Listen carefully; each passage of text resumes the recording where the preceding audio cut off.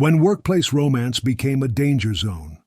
Before we dive into this story, I need you to do something for me right now. Hit that subscribe button. Because what I'm about to share with you, it's going to leave you absolutely stunned. This is American Shadow, where we bring you the most shocking true crime stories. Stories that prove love can be dangerous, obsession can be deadly, and secrets always come to light. Now, drop a comment and tell me what state you're watching from. California? Texas? Georgia? New York? Florida? I want to know where my American Shadow family is tuning in from today. Comment your state below, and let's build this community together. All right, let's get into it.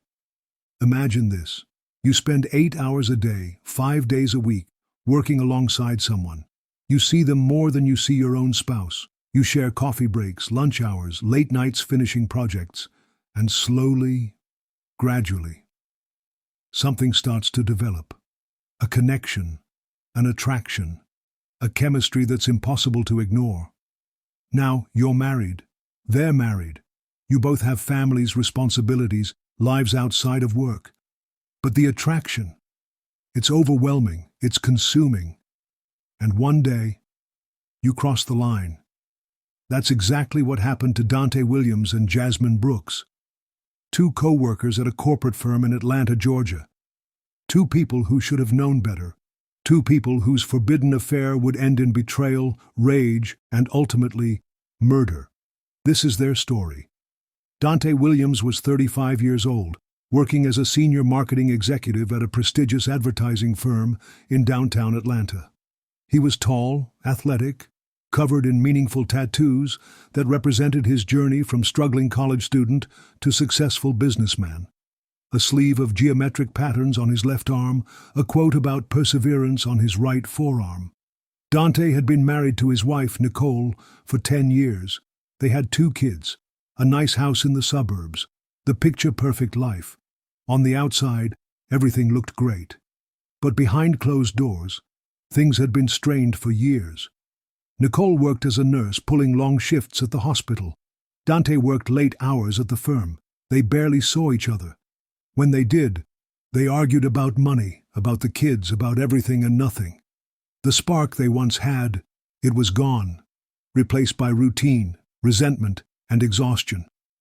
That's when Jasmine Brooks joined the company. Jasmine was 29 years old, a creative director hired to lead a major new campaign. She was stunning, confident, intelligent. She had a small rose tattoo on her collarbone and delicate script tattoos on her ribcage that she said represented her strength and resilience. Like Dante, Jasmine was married. Her husband, Marcus, was a personal trainer who worked early mornings and late evenings. They'd been married for 5 years, but lately, Jasmine felt invisible. Marcus was focused on his clients, his business, his own goals. He barely noticed when Jasmine came home, barely asked about her day, barely touched her anymore. When Jasmine started at the firm, she and Dante were assigned to work on a major project together, a campaign for a national client. High pressure, high stakes, long hours. At first, it was purely professional. They'd meet in conference rooms, exchange emails, collaborate on presentations. But then, the late night started, working until 9, 10, 11 at night. Just the two of them in the empty office. That's when the conversations shifted. They started talking about personal things, their marriages, their frustrations, their dreams, their disappointments, and slowly, something ignited between them. The affair started on a Thursday night in June 2022. They'd just finished a major presentation, and the client loved it. Dante suggested they celebrate with drinks, just 2 co-workers celebrating a win. Nothing inappropriate. But 1 drink turned into 3. 3 turned into 5, and by midnight, they were in Dante's car, parked in a dark parking lot, kissing like teenagers. Dante pulled back, breathing hard. "We can't do this," he said. "We're both married. This is wrong." Jasmine looked at him with those eyes and whispered, "I know, but I haven't felt this alive in years." And that was it. The line was crossed. There was no going back. For the next 8 months, Dante and Jasmine carried on a secret affair. They were careful, strategic. They never went to public places where someone might recognize them. They booked hotel rooms under fake names. They deleted text messages. They covered their tracks. At work, they maintained professionalism.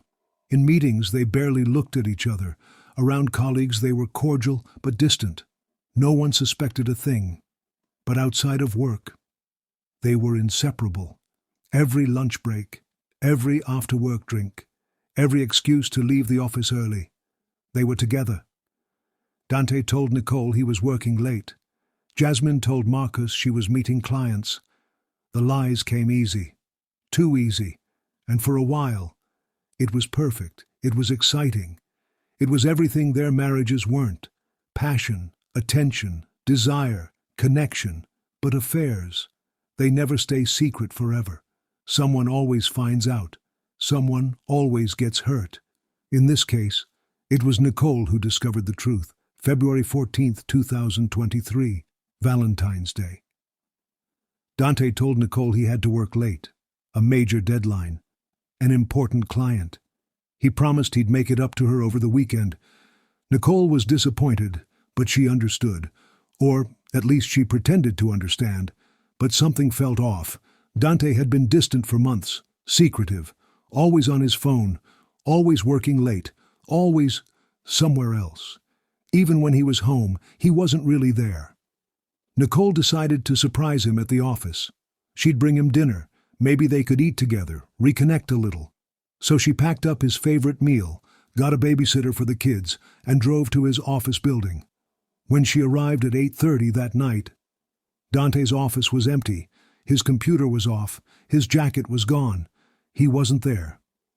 Confused, Nicole called him. No answer. She texted. No response. She waited in the parking lot for an hour. Nothing. And then she saw them. Dante's car pulling into the parking lot. And he wasn't alone. There was a woman in the passenger seat. They were laughing, smiling. And then they kissed. Right there, in full view, under the parking lot lights. Nicole felt like her entire world shattered in that moment. Like everything she thought she knew, everything she believed about her marriage, her husband, her life, was a lie. She sat there, frozen, watching as Dante and Jasmine got out of the car, still laughing, completely oblivious to the fact that Nicole was 50 feet away, watching everything. And then Nicole made a decision. She wasn't going to confront them. Not yet. First, she needed proof, evidence, a plan. Over the next 2 weeks, Nicole became a detective. She tracked Dante's movements. She checked his phone when he was asleep. She looked through credit card statements, hotel receipts, text messages, everything. What she found, it destroyed her. Months of lies, hundreds of text messages, hotel receipts, photos, everything documented in painful, undeniable detail. Dante had been having an affair with his coworker for 8 months, 8 months of betrayal, 8 months of lies, 8 months of choosing another woman over his wife and children. Nicole was devastated, heartbroken, humiliated. But she was also angry, furious, consumed with rage.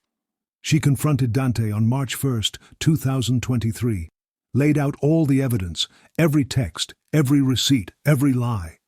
Dante didn't even try to deny it. He just stood there, looking guilty, looking caught, looking pathetic. "How long?" Nicole asked, her voice shaking. 8 months, Dante admitted. "Do you love her?"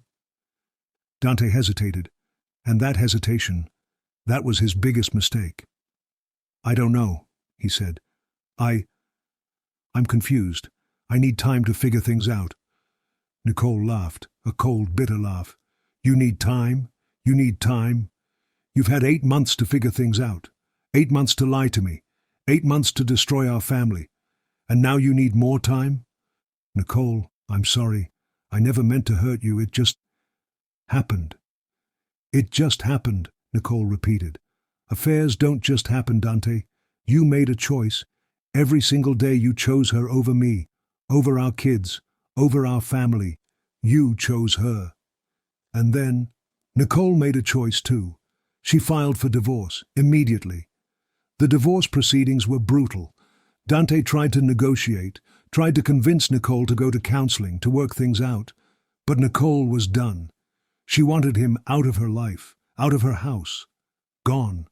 While the lawyers battled it out, Dante moved in with Jasmine. Her husband, Marcus, had also found out about the affair, and he'd kicked her out. So Dante and Jasmine, they decided to make it official, move in together, build a life together, turn their affair into a real relationship. But here's the thing about affairs. When you build a relationship on betrayal, on lies, on sneaking around, that foundation is shaky, unstable, toxic. Dante and Jasmine started fighting almost immediately. The passion that had seemed so intense, so consuming when it was forbidden, it fizzled when it became everyday life. Jasmine was jealous, paranoid. She checked Dante's phone constantly, accused him of cheating on her the same way he'd cheated on Nicole. She couldn't trust him. And honestly, why would she? If he cheated with her, what's to stop him from cheating on her? Dante was miserable. He'd given up his marriage, his kids, his home. For what? For a relationship that was falling apart, for a woman who made him feel trapped and suffocated. He started to regret everything, started to realize that what he'd had with Nicole, the stability, the family, the life they'd built, it was worth more than a few months of excitement with Jasmine. But it was too late. The damage was done, and things, they were about to get so much worse. April 23rd, 2023. Dante came home to the apartment he shared with Jasmine. He'd been at a bar, drinking, thinking about his life, about the mess he'd made. He'd decided he was going to end things with Jasmine, move out, try to salvage what he could of his relationship with his kids, maybe eventually try to make amends with Nicole. But when he walked through the door, Jasmine was waiting for him, and she was furious. "Where have you been?" she demanded. "Out, thinking," Dante said. "Thinking about what? About Nicole? About going back to her?" Dante was shocked. "How did you—" "I saw the texts, Dante. I know you've been talking to her. I know you've been apologizing, trying to get her back." Dante had been texting Nicole, apologizing, asking if there was any chance for reconciliation. He hadn't told Jasmine. He'd thought he'd deleted the messages, but clearly he hadn't been careful enough. "Jasmine, listen. This isn't working. You and me. We made a mistake." "A mistake?" Jasmine's voice was sharp, cold. "I left my husband for you. I gave up everything for you, and now you're calling me a mistake. That's not what I meant. You're not leaving me, Dante. You're not going back to her. Do you understand me? You're mine." And that's when Dante saw it, the look in Jasmine's eyes. It wasn't love, it wasn't passion, it was obsession, possession, something dark and dangerous. He tried to leave, tried to walk out of the apartment, but Jasmine blocked the door. "You're not going anywhere," she said. "Jasmine, move, I'm done, it's over. It's over when I say it. Over." And then she pulled out a knife. Everything happened so fast. Dante tried to grab the knife. They struggled. Jasmine was screaming, crying, completely unhinged. She was yelling about how Dante had ruined her life, how he'd promised her everything, and now he was abandoning her just like everyone else. Dante managed to get the knife away from her. He thought it was over, thought he could just leave, call the police, end this nightmare. But Jasmine, she wasn't done. She grabbed a heavy glass vase from the side table and swung it at Dante's head, hard. The impact knocked Dante to the ground, dazed, bleeding. He tried to get up, but Jasmine hit him again, and again, and again. By the time she stopped, Dante wasn't moving. He was lying on the floor, blood pooling around his head, his chest rising and falling in shallow, labored breaths. Jasmine stood there, the vase still in her hand, staring at what she'd done. And then she panicked. She called 911, told them there'd been an accident, that her boyfriend had fallen, that he needed help. When paramedics arrived, they immediately knew something was wrong. Dante's injuries, they weren't consistent with a fall. This was assault, brutal, violent assault. Dante was rushed to the hospital. He was in critical condition, skull fracture, brain bleeding. The doctors did everything they could, but the damage, it was too severe. Dante Williams died 3 days later, 35 years old, leaving behind 2 young children, an ex-wife, and a trail of devastation. Jasmine Brooks was arrested and charged with murder. She tried to claim self-defense, said Dante had attacked her first, that she was protecting herself. But the evidence told a different story. Dante's injuries showed he'd been hit multiple times, from behind and from above. He'd been trying to get away, not attacking. Text messages on Jasmine's phone revealed a pattern of obsessive behavior, threats, possessiveness. She'd told friends that if Dante ever tried to leave her, she'd make sure he regretted it. The prosecution argued that Jasmine had murdered Dante in a fit of rage when she realized he was going back to his wife, that this wasn't self-defense. It was jealousy, obsession, a refusal to let him go. The trial lasted 3 weeks, Nicole testified. She talked about Dante's affair, about the pain it had caused, about how Dante had been trying to make amends in the final weeks of his life. Jasmine's husband, Marcus, also testified. He talked about how Jasmine had destroyed their marriage, how she'd shown no remorse, how she'd been so consumed with her affair that she'd lost sight of everything else. Co-workers testified about the affair, about how Dante and Jasmine had been inseparable, about how the relationship had seemed intense, almost obsessive. In the end, the jury found Jasmine Brooks guilty of second-degree murder. She was sentenced to 25 years to life in prison. Nicole was left to raise her 2 children alone, to explain to them why their father was gone, why he'd made the choices he'd made, why he'd never come home. Marcus moved on with his life, started over, found someone new, someone who valued him, someone who wouldn't betray him, and Jasmine. Jasmine sits in prison today, probably still believing that she was the victim, that Dante had wronged her, that she was justified in what she did. But the truth is, Jasmine made a choice. Just like Dante made a choice when he started the affair, just like Nicole made a choice when she filed for divorce. We all make choices, and those choices, they have consequences. Sometimes those consequences are painful, sometimes they're devastating, and sometimes they're deadly. So what do we learn from this tragic story? What lessons can we take from the deaths of Dante Williams? First, affairs rarely end well. They might seem exciting in the moment. They might feel like an escape from an unhappy marriage. But they're built on lies, betrayal, and deception. And that foundation, it's unstable, it's toxic.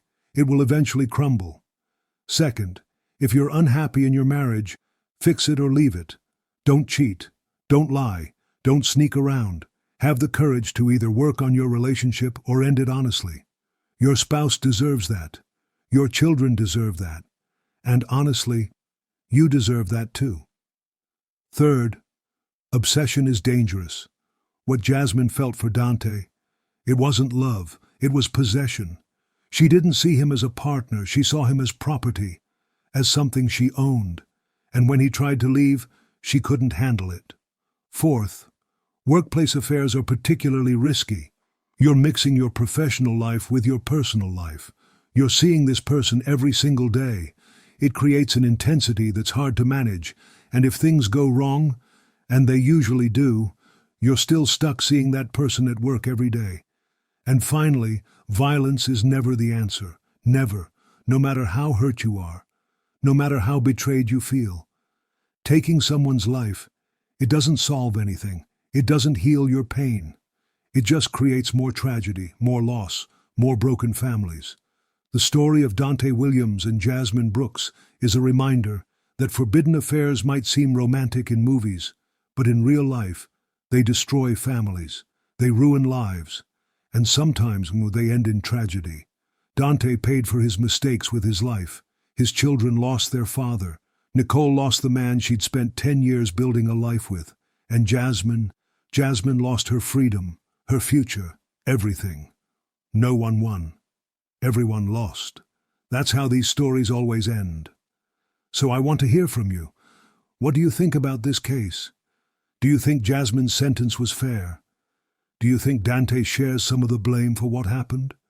Should Nicole have tried to work on the marriage instead of immediately filing for divorce?